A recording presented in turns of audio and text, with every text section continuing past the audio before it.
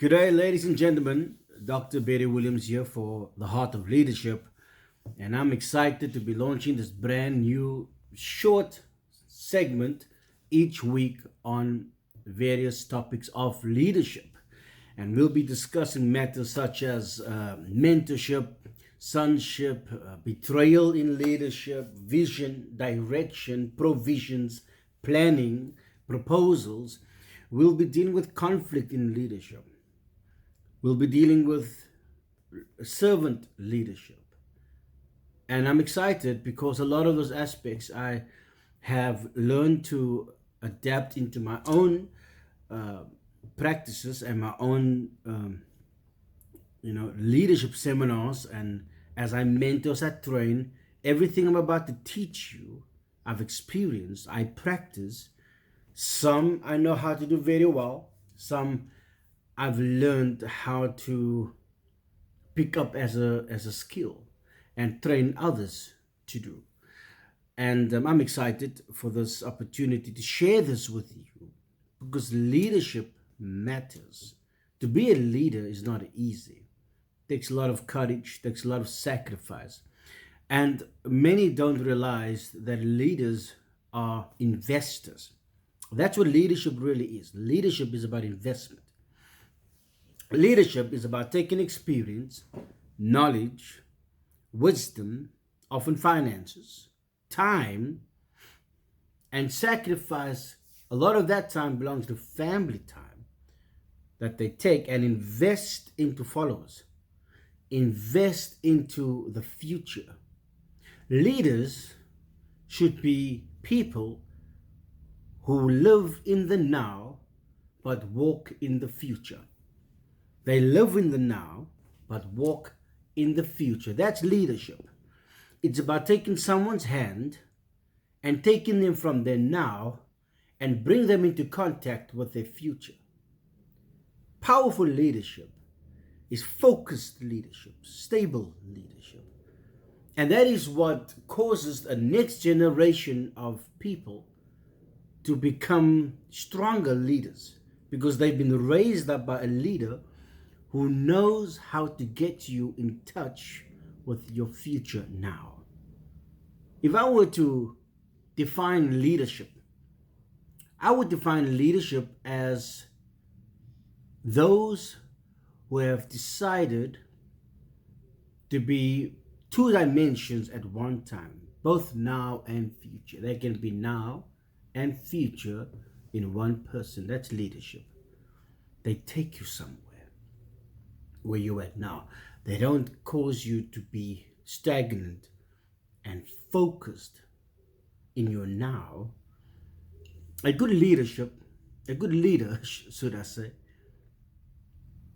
has the skill to lift up your eyes to show you where you're heading so that you are not trapped by your yesterday and stagnant in your today, but they are able to pull you, to grow you into your tomorrow. That's leadership. So each week we will deal with various aspects of leadership. Transparent leadership, integrous leadership, attitude, character. We will look at all of that. For a few moments, I want to talk to you about the principle of associations in leadership. Keep in mind, who you associate yourself with determines your movement, determines your speed, determines your acceleration. Who you bring into your life has the capacity to slow you down or to speed you up. What you listen to due to who's in your life has the capacity to bring a peace or to bring stress. So the alert is who comes into your life. Never be fooled that because they hug you, shake your hand, support you, that they deserve to be an association.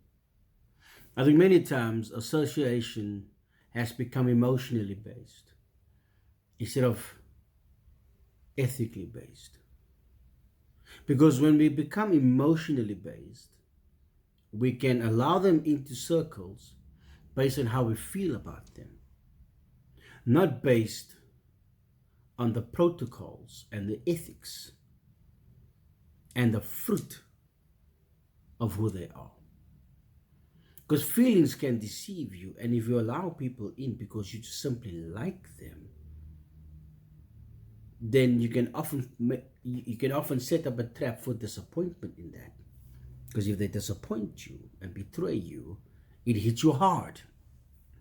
But if you allow people in because of the fruit that they bear, because of their character, their integrity,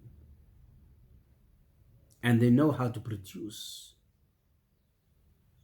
and they can come into your life and share resources, those associations will lift you up. In conclusion, I want to leave this with you. In 1 Samuel chapter 10, the prophet Samuel tells King Saul, or Saul at the time, that he'll meet a company of prophets, and when he'll come among them, the Spirit of God will come upon him, and he'll be changed into a different man, and he'll even begin to prophesy. Now that's what association does. It's about coming into the circles of the right people, and that association changes you for the better, for the greater, and cause you to do something you've never done before. And they break limits of you, they break boundaries of you, and they expose your potentials, they expose your gifts, they move you to a place beyond your expectation, because that's what godly associations do. That's what associations must do, whether it's in business, whether it's in the ministry, whether it's just in social life. Associations will determine your speed. They will determine where you'll go, how fast you'll move, or they can determine your delay and your stagnation. Dr. Barry Williams here, thank you for joining in. Tune in next week for our second segment on the heart of leadership. Take care. Bye-bye.